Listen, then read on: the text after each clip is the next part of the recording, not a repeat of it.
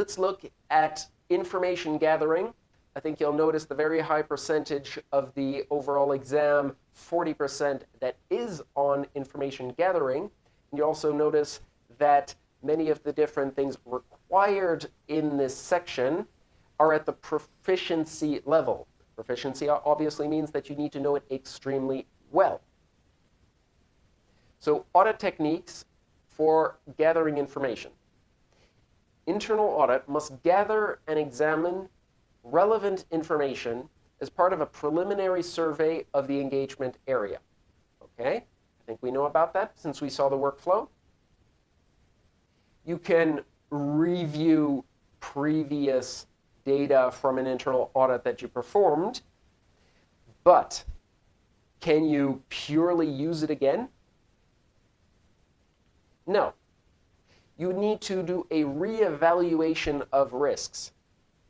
In fact, what I like doing, and this is tough on the auditors on my team, what I like doing is that if we have recurring yearly audits, I would put a new internal auditor on an engagement that was performed previously by another internal auditor. Why? Well, fresh eyes, right? A different view on the same area, especially if the scope areas are very, very similar. I would prefer putting a different set of eyes on it. But I'm going to make sure that my internal auditor still really tries to understand the risks in the area and cannot simply do a copy and paste of last year's audit program. I want there to be a fully documented risk assessment that is different from the previous one. Walkthroughs. As I said, a walkthrough is basically you start at the beginning of a process and step by step by step, you go through the different tasks from start to finish. How do you start your reconciliation? How do you continue on it? What is the final product, often a document, on your accounting reconciliation, for instance? What are the different things that you do? As I said, this is very time-consuming. It is very useful, I would say, especially if you do not have very well-documented workflows. If the policies and procedures aren't used very much. In fact, I'd even say that walkthroughs are very useful for knowing actual performance of a different process rather than simply what's in a document.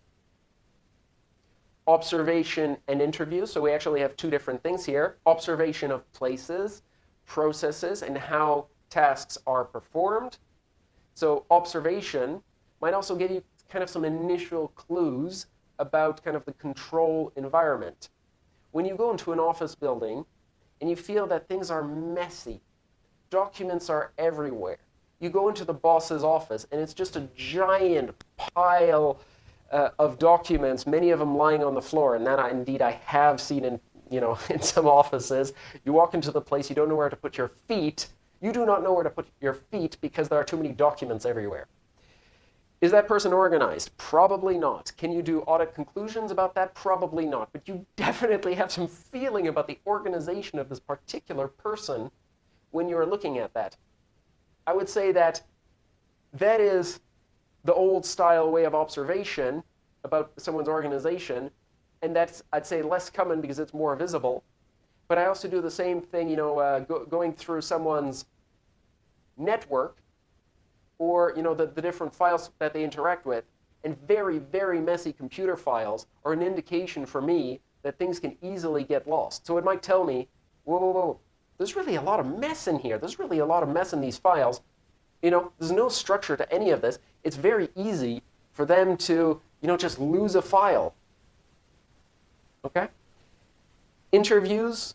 So interviews, frankly, the more I get into internal auditing, the more interview-based I actually perform my internal audits. That is not to say that it's everything, but it's definitely an efficient way of learning about an audit area to get a lot of different views about something for discovering significant risks about things that you would not easily find within tests. And it's something that you have to do in every single internal audit, and I'd say it's really a giant basis for performing full internal audits. Process mapping. Now this is something that I like a lot. You just saw my workflows. I like it a lot. It's exactly that. You look at a process and you try to understand the different components to it. You have you have symbols which represent different things. So check that up online, what the different symbols mean. They can be very useful for understanding the as-is or the best practice within a process. And finally, benchmarking. Again, we're going to go into more detail about all of these things, but benchmarking is a comparison to other comparable processes or best practices.